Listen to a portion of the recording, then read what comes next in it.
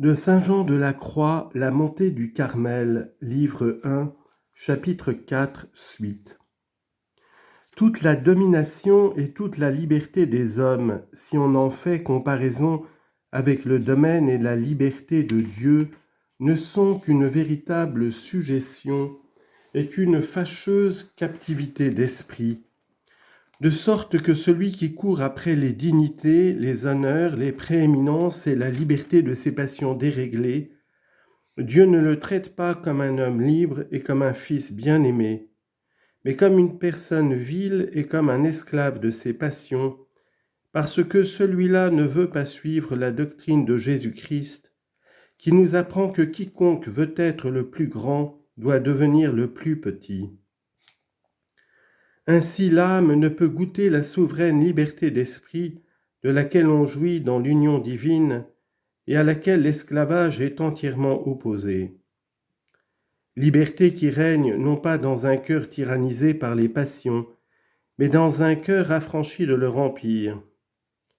C'est pourquoi Sarah pria Abraham de chasser de sa maison Agar et son fils, parce que l'enfant d'une femme esclave ne devait pas être héritier avec l'enfant d'une femme libre. Genèse chapitre 21 verset 10. Toutes les délices et toutes les douceurs des créatures ne sont que des peines et des amertumes très grandes lorsqu'on les compare avec les délices et les douceurs de Dieu. Celui-là donc ne mérite que des tourments qui s'abandonnent aux plaisirs du monde. Toutes les richesses créées et toute leur gloire, si on en fait comparaison avec les richesses et la gloire de Dieu, ne sont que pauvreté et confusion, de sorte que l'âme qui les aime et les désire tombe dans une extrême indigence et dans la dernière ignominie devant Dieu. C'est pourquoi jamais elle ne pourra se remplir de la richesse et de la gloire qui est la transformation d'elle-même en Dieu, parce qu'il y a une très grande différence entre la pauvreté et la misère extrême, et la richesse et la félicité infinie. Pour cette cause, la sagesse divine, se plaignant de ceux que leur attachement à la beauté, à la gloire, aux autres biens de la terre, jette dans la laideur, dans la confusion et dans la pauvreté, s'écrie « C'est à vous, ô hommes, que je parle ». Proverbes chapitre 8, versets 4, 5, 6, 18, 19, 20 et 21. Vous qui êtes petits, comprenez avec quelle prudence vous devez vous comporter. Vous qui n'avez pas encore le sens parfait, prenez garde et écoutez. Je vais parler de choses très grandes. Je possède les richesses, la gloire, la magnificence et la justice. Mon fruit est meilleur que l'or et que les pierres précieuses, et ce que je produis vaut mieux que l'argent.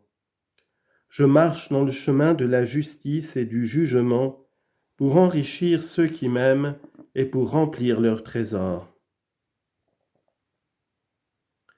La sagesse adresse ses paroles à tous ceux qui donnent leur cœur aux créatures. Elle les appelle petits car ils sont semblables aux objets qu'ils aiment et qui sont très petits d'eux-mêmes.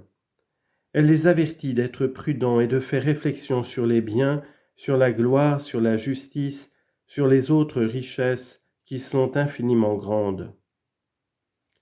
Elles vont leur parler de Dieu pour les désabusés de l'estime qu'ils font des choses créées.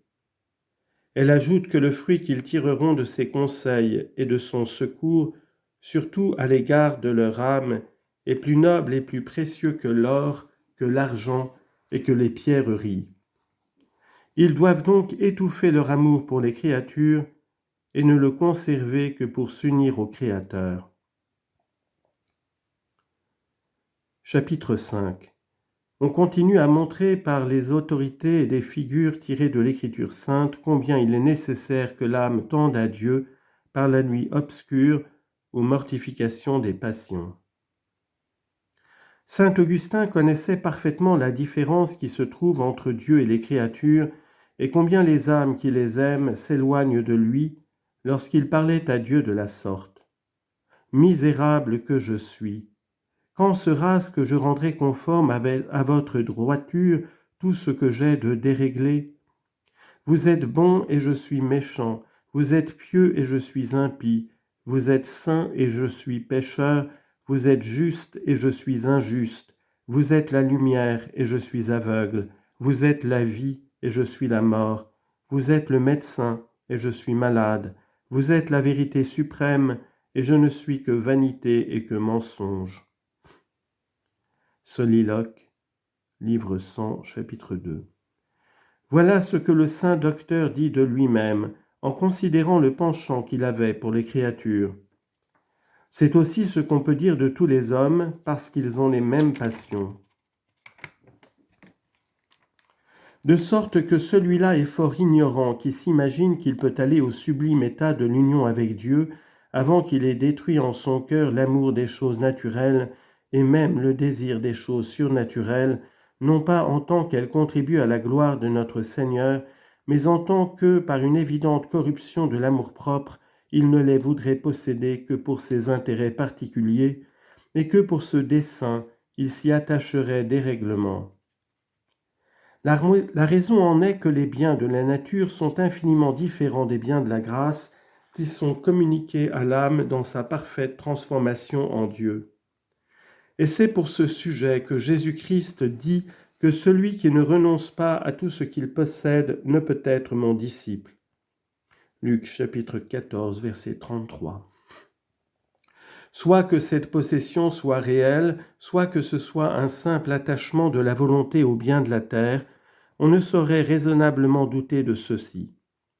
Le Fils de Dieu est venu apprendre aux hommes à mépriser les choses créées afin qu'ils puissent recevoir l'Esprit de Dieu. Ainsi l'âme est incapable de le recevoir par sa transformation en Dieu avant qu'elle se soit détachée des créatures. Nous avons dans l'Exode une figure de cette vérité. Chapitre 16, verset 3. Dieu ne donna la manne aux Israélites qu'après qu'ils eurent consommé la farine qu'ils avaient apportée d'Égypte, pour nous faire entendre que nous ne pouvons goûter cette viande céleste qu'après avoir renoncé aux créatures. Ceux-là donc qui se repaissent de ces objets ne peuvent être animés de l'Esprit de Dieu. Ils le provoquent même à la colère. C'est ce mélange de l'amour de Dieu et de l'amour des créatures que firent les Juifs lorsque, ennuyés de la manne, ils demandèrent de la chair, et préférant une nourriture si grossière à ce pain angélique qui avait le goût de toutes les viandes qu'on pouvait souhaiter, ils irritèrent le Seigneur contre eux. La justice divine les punit dans la chaleur de leur gourmandise et en fit mourir un grand nombre, comme le prophète roi le rapporte en ses psaumes. En particulier, psaume 78, verset 31. Oh, si les hommes spirituels comprenaient bien quel trésor et quel fruit de l'Esprit divin ils perdent parce qu'ils ne détachent pas leur amour des bagatelles de la terre. S'ils savaient qu'en se privant du plaisir des créatures, ils goûteraient toutes sortes de douceurs, ne rejetteraient-ils pas toutes les consolations du monde ? Mais parce qu'ils n'y veulent pas renoncer, ils ne peuvent jouir de ces délices spirituels. Ainsi les Hébreux ne sentaient pas les différents goûts de la manne, non pas qu'elle ne les eût point en effet, mais parce qu'ils ne s'appliquaient pas à la goûter seuls et qu'ils désiraient d'autres viandes avec elle. De même, celui qui aime quelque chose avec Dieu ne le peut goûter seul, il en fait peu d'état, puisqu'il met dans un même rang ce qui est infiniment éloigné de lui.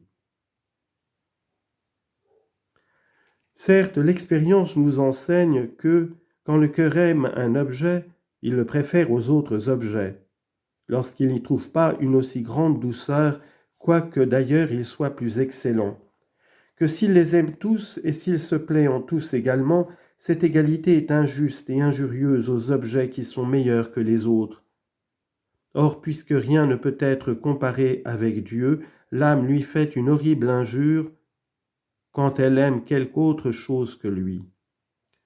Que serait-ce donc si elle aimait quelque créature plus que Dieu même ? Le même livre de l'Exode nous fournit une seconde figure de ce que nous avons avancé. Exode chapitre 34, versets 2 et 3. Lorsque Dieu commande à Moïse de monter sur la montagne du Sinaï, où il avait dessein de lui parler, il voulut que les Israélites demeurassent au pied et leur défendit même de faire paître leur bétail aux environs.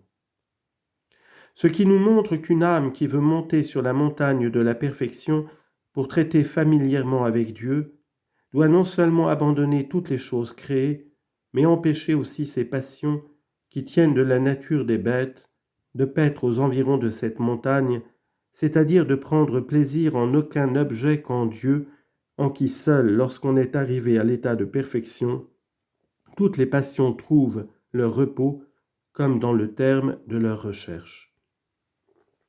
Il est donc nécessaire que celui qui veut atteindre à la cime de cette montagne réprime toutes ses passions, en quoi il aura cet avantage que plus il apportera de diligence et de ferveur à se priver de toutes choses, plus il aura de facilité à se rendre très parfait, ce qu'il ne peut faire, quelque vertu qu'il pratique, avant qu'il ait calmé les mouvements de ses passions, puisque l'âme en doit être auparavant délivrée.